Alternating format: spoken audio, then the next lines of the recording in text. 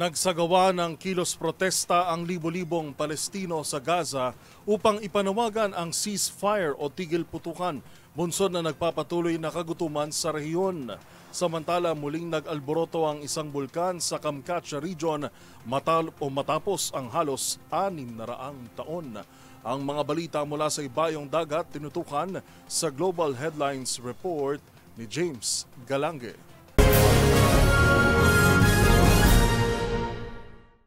Balita mula sa Gaza, nagtipon-tipon ng nasa libo-libong Palestinians sa West Bank ng major cities ng rehiyon upang iprotesta nagpapatuloy na krisis ng digmaan at kagutuman. Ito pa rin ay dulot na nagpapatuloy na digmaan sa pagitan ng Israel at militanteng grupong Hamas na kasalukuyang hindi pa rin naipapatupad ang nakabinbin na ceasefire agreement na niyaan ni US President Donald Trump. Habang ipinanawagan din ng paglaya ng mga hostage na hawak ng magkabilang kampo kung saan may mga nagdala na ng litrato ng kanilang mga mahal sa buhay na nawala dahil sa digmaan. Sa iba pang balita, muling nag-alboroto ang isang bulkan sa Kamchatka region sa Russia matapos ang halos 600 taon. Ayon sa Smithsonian Institution Global Volcanism Program, ito ay ang Krasheninnikov Volcano na uling pumutok pa noong taong 1550. Nagpakawalang naturang bulkan ng usok o plumes na aabot sa 6,000 meters o 19,700 feet habang matatandang niyanigan na sabing peninsula ng 8.8 magnitude na lindol noong nakaraang linggo, dahilan para magtaas din ng tsunami advisories ang iba't ibang mga bansa sa Pacific region, gayon din sa ilang bahagi ng Northern America. At yan naman nakalap nating balita mula sa iba't ibang panig ng mundo.